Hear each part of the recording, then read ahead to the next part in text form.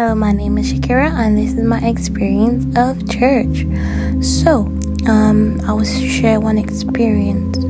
I would say things that started to break me down was that my what I was giving was not enough, and if I wasn't seen around at church enough, that meant that I was not active, that I was not helpful, because I was in a place of authority and of leadership, I would say. And if you wasn't seen to be around, then that was a problem. And I started here, I'm smiling, but here I was really facing a lot of sickness. If you see my face, I had really bad spots on my face, and even the insides of my body were crying out for help, and I couldn't even see the signs. And there was one time, I said, you always have to communicate, and I'm a person who does not like to communicate whatsoever, because my family, I've grown up in a family whereby we do not really communicate what we're doing. As long as you're there, you don't need, as I was saying, you don't need to communicate that you have to be there. So at church, you have to communicate. You must tell pastor A, B, C, D, E, F, G. And I think I didn't tell my pastor sometimes, I'm not coming, or I'm sick, or things are happening. I never communicated because I wasn't raised up like that, and that was an issue. And one time I told my pastor that I'm not coming to church because I'm sick, and it had happened I think that he started to get irritated by it, slowly by slowly, because I was really getting sick consistently, and I wasn't there at church. But it's my health was really deteriorating very badly, and not once did they check on me, how you that pastor, he messaged me and said that you need to use your faith. You're not using your faith enough, you're not being of God, you need to use your faith. And at the end, he apologized that the way he's speaking, but it doesn't matter, you need to use your faith, being spoken down like a kid, basically, as if I'm not giving my strength isn't enough, it's not being seen. Fair enough, human beings are human beings, and everyone is going through what they're going through. But I would say with this church, it was literally the pressure. Pressure was literally the main goal. And I speak in my other video that what I learned, it's great things that I learned, but there was also the bad side, I would say, the pressure, especially those who are in the background, those who are in places of authority. And I say the reason why my life was in my hands, and God was showing me the red flags, but I wasn't really seeing them, and I was just no, I'm in this place of title and leadership, I need to keep going. But it's there wasn't a level of care, a level of love, it wasn't there anymore. It's not there anymore for those who are in a place of authority, but the people who are members and new people, there's place of love. And I'm not saying those who are in leadership, there's no place of love.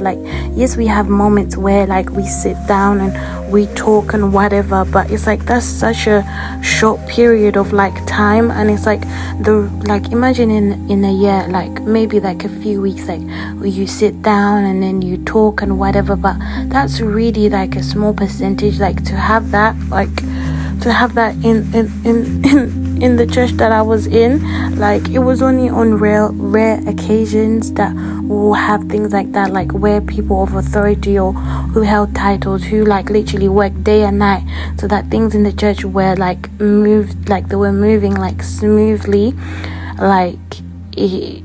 We had moments of rest, rarely. And you can say really, why are you speaking like this? you think what you think. Like it's just, I would say, like, it was just a lot. Like, even these 5 minutes are literally going by so quickly. But I would say, like, for me, like, the pressure was immense. Like, there was so much pressure, and it's like there was literally no care. Like, no, the devil's like, and like, as going back to the experience, like, I told the pastor, like, I'm not going to be around, like, I'm sick, and he said, like, you need to use your faith, like, you know, like, I know, like, the devil works, like, I know he works, but my goodness, like, I'm literally at a point, like, I'm not at the church anymore. It's 3 months that I haven't been at the church. I don't think I'll go back to a church. I don't think I would. I think it's going to take me a while for me, like, to literally go back, because there's so much things that I have to undo, because I was there, like, for 4 years, and, like, of those 4 years, there was so much that was done to me, like, so much, like, the way, it's like I couldn't become like them, because I don't know, I just couldn't become like them. Like, there's a way, like, you know, they invite people, or like they speak to people, like, behind, like, closed doors and whatever, and it's like, that's not supposed to be there.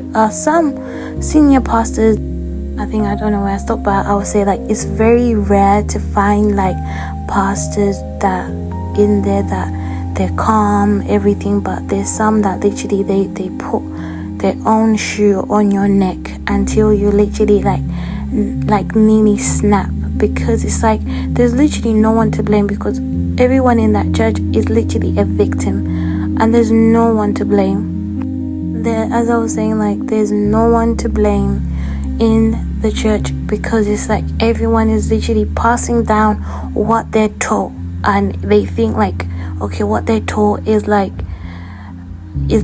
acceptable, what they've been taught, like, it's right. Like, even when we go back to the Pharisees, like, there's some that saw the Lord Jesus, and they wanted to follow the Lord Jesus because they were so attracted probably to him, because, like, that's probably like, oh my gosh, like, God, you're speaking about God. But it's like the Pharisees, like, because of what they were taught, it was just like they were following, like, they were just following, but it's like they were victims as well. But I guess John the Baptist didn't have any mercy for them.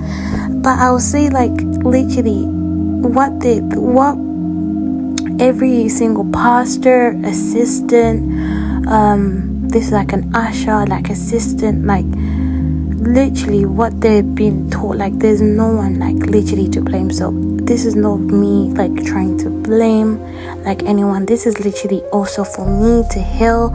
This is a way for me to, like, unravel all the things, because if I keep it in my mind, I will go totally insane. Like, there's moments where I have, like, flashbacks. There's moments where literally I want to scream in my own head, but I can't, you know, because, like, they put this thing of you, like, you are going to, like, your life is gonna fail, like, without the church, like, you're gonna fail, basically. But I know that I'm not gonna fail. I know that, like, I'm not gonna continue not to do good just because of what I was shown. Like, I've put this picture, like, yes, like, I'm smiling because I smiled through the pain, I smiled through the suffering, I smiled through the tiredness, the physical tiredness, the spiritual tiredness, the mental tiredness. I smiled through it, and I will continue to smile through it. Like, Galatians, it says, today I got reminded, like, continue doing good, like, don't give up on doing good, because there's no, you just don't, like, I would say, like, those who continue doing, like, good, like, there's nothing bad that you're scared to, like, accept. Like, if you're doing bad, you know that you're gonna reap what is bad, but if you're doing good, you know that you're gonna reap good. So yeah, peace out.